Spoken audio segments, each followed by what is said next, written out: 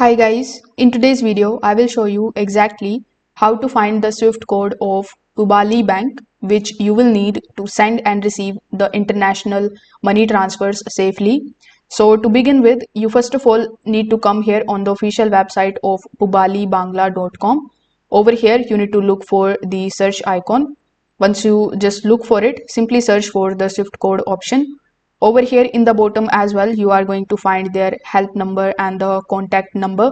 So with the help of their contact number, you can directly call them and you can ask for the SWIFT code to them. Now, if this method doesn't work for you, you can just come here on bank.codes by Wise.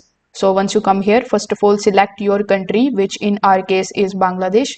After that, you need to select your bank, which in our case is Pubali Bank. Then simply just select the city, the code of which you want to get.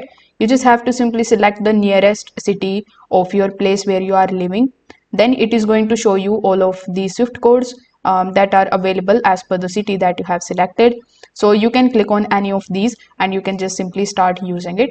If this video helped you out, make sure that you like this video and subscribe to the channel. Thanks for watching.